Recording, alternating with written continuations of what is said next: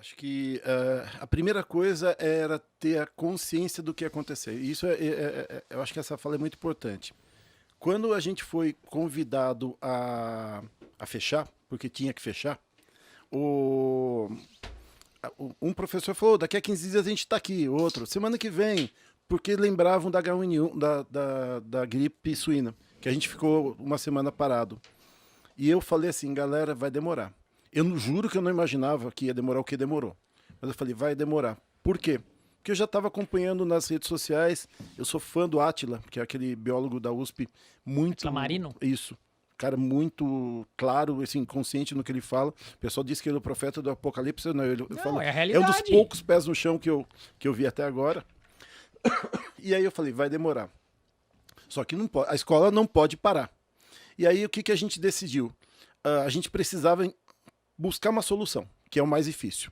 Aí a gente falou: não, temos que fazer o seguinte: vamos gravar uma semana de aulas, os professores gravavam aulas, e vamos soltar essas aulas gravadas para os alunos. A gente tem alguns parceiros tecnológicos ali que ajudam a gente, e nesse período a gente vai aprender como é que a coisa vai acontecer online. E a gente foi estudar como é que fazia aula online, ou seja, o Vila Lobos não parou. Muitas escolas, e eu respeito essas escolas, anteciparam as férias de julho para abril, exatamente para ter esse fôlego para se organizar. Eu não fiz isso. Falei: não, não vamos parar, porque se eu não parar em julho eu tô ferrado. Porque imagina você tocar de maio a dezembro sem folga.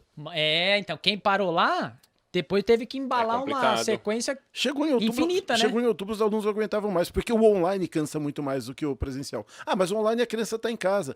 Tá, mas o aluno que está estudando está tendo que fazer aquela rotina na tela do computador, que é muito infernal. mais É complicado. diferente. Nossa.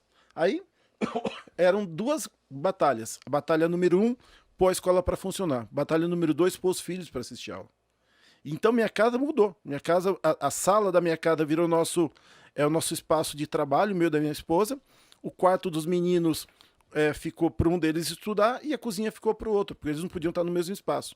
A gente mora no apartamento e foi montada essa operação de guerra.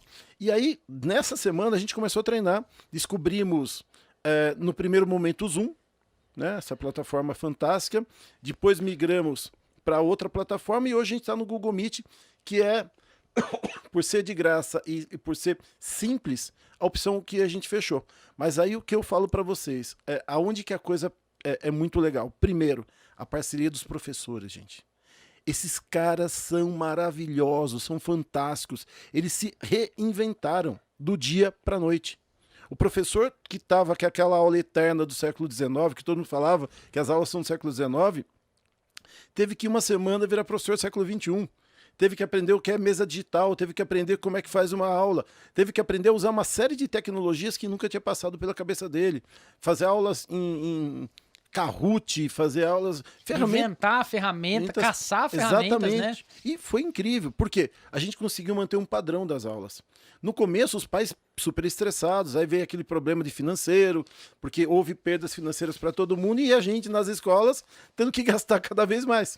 Para se adaptar às novas realidades. Ah, mas vocês pararam de ter professor na escola, então gastou menos energia elétrica. Verdade. E o resto que eu estou gastando muito mais para manter a coisa acontecendo. Mas enfim, esse não é o mote. E a gente continuou, e a escola continuou acontecendo, e foi legal. A gente foi aprendendo, os professores foram aprendendo. Uma coisa que foi essencial, a gente tem uma psicóloga no colégio, inclusive ela está na semana de gala dela, casou, a Thaís Pilon, uma fofa, amo ela de paixão, ela de pedreira, e ela assumiu um papel fundamental, que era periodicamente chamar os professores para reuniões todas online, para falar: galera, tá tudo bem, não precisa se estressar. O simples fato, né, de você investir esse tempo, de falar com o professor: olha, tá indo legal, não sei o que, já deve ser dado um... melhorado. E também com os alunos, com os pais. E a gente foi tentando manter a coisa acontecendo. E eu falo que eu tenho um baita orgulho de dizer que a gente agora, né, nos próximos 15 dias, a gente vai soltar atrasado o jornalzinho de aprovados, o famoso jornal de aprovados Vila Lobos, e você vai ver que a gente conseguiu, mesmo na pandemia, colocar medicina, aluno da medicina na Unicamp, direito Largo São Francisco da USP, a gente conseguiu fazer mágica. Mérito dos alunos que acreditaram que tinham que continuar estudando, concentrado na frente daquela tela, vendo a gente dar aula, e dos nossos professores que souberam fazer um ótimo trabalho. Então, meninos, eu falo para vocês assim, foi um processo de aprendizado brutal. E a gente tinha que se reinventar. Então, por exemplo, a cada 2 meses, a gente bolava uma ideia doida do tipo, vamos fazer os professores cantarem para os alunos? Obviamente que aquela coisa totalmente desafinada, horrível, não é o que os meninos fazem aqui. E a gente punha uma coisa muito amadora, até porque ninguém podia sair de casa. Sim.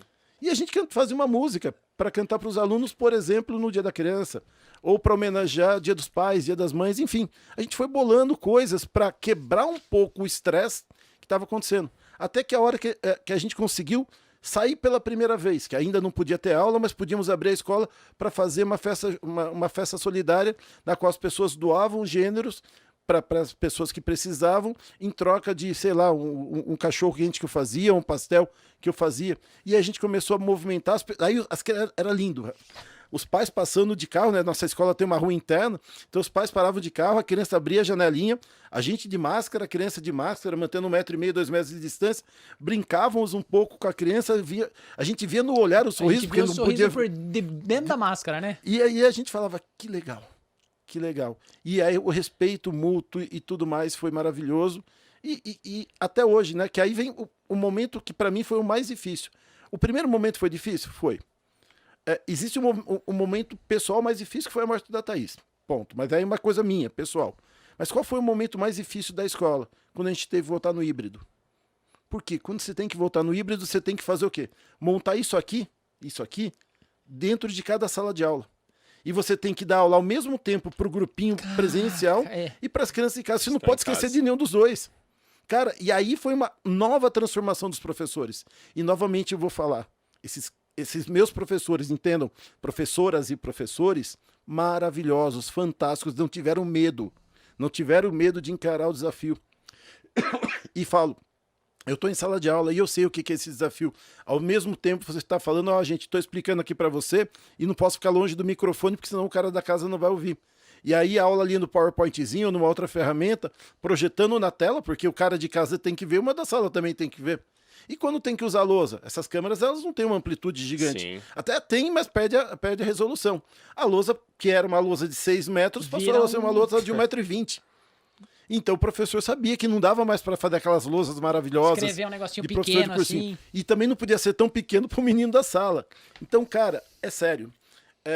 Todo mundo teve que se reinventar na pandemia. Todas as categorias tiveram que entender um pouco mais a pandemia. Mas algumas delas eu posso falar que tiveram um processo especial. E a consideração que vocês que estão nos ouvindo, nos assistindo, tem que ter para com os professores é única. Garanto para vocês isso.